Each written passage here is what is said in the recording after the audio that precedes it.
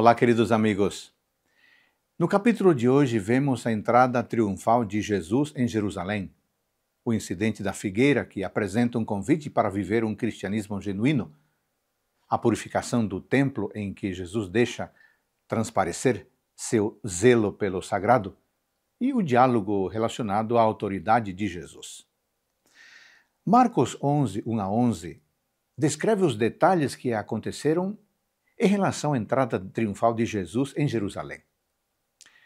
A entrada triunfal mostra claramente que a intenção do Salvador era apresentar-se publicamente como o Redentor.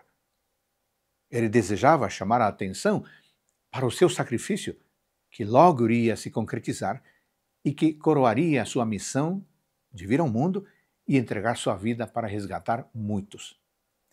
Todos os eventos que aconteciam previamente ao seu sacrifício, no curso da história, chamariam a atenção para o foco principal, que era sua morte na cruz.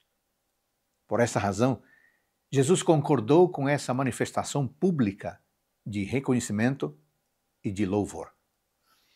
O relato continua dizendo que, no dia seguinte, quando saíram de Betânia, teve fome. Vendo de longe uma figueira que tinha folhas, foi ver se nela acharia alguma coisa, e chegando a ela não achou senão folhas, porque não era tempo de figos. Jesus amaldiçoou aquela árvore, o que surpreendeu os discípulos, que geralmente viam o mestre em um papel diferente, como restaurador, curador. Então eles se perguntaram qual era o propósito por trás daquele ato de Jesus. Jesus, de fato, desejava trazer uma lição espiritual por meio dessa parábola. A figueira representava a nação judaica com toda a sua religiosidade exuberante, ostensiva, com um templo magnífico, cerimônias impressionantes, mas sem humildade, amor e benevolência.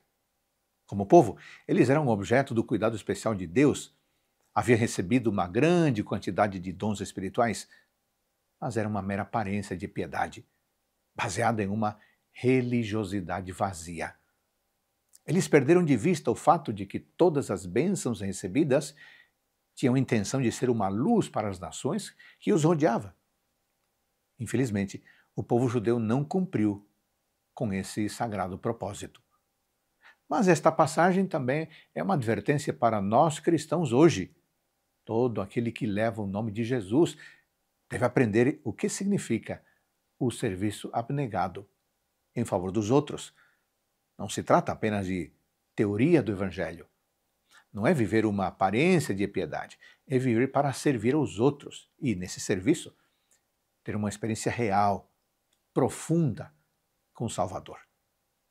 Portanto, aqui está uma lição oportuna e profunda que transcende o tempo e chega até os nossos dias.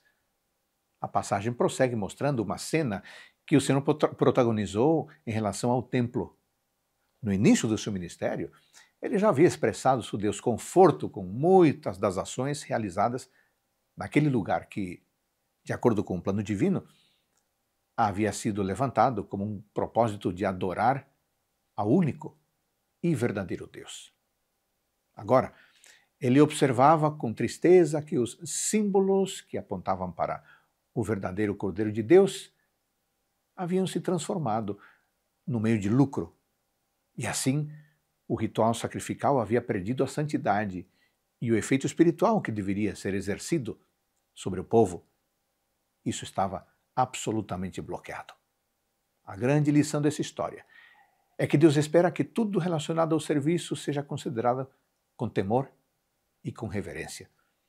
Uma das grandes lições deste capítulo é a necessidade de viver um cristianismo genuíno. Isso poderá ser alcançado somente ao viver uma vida de constante dependência, de constante comunhão com Jesus. Em tudo o que fizermos, que possamos refletir seu caráter e ser uma bênção para aqueles que estão ao nosso redor. Ótimo dia para você e sua família.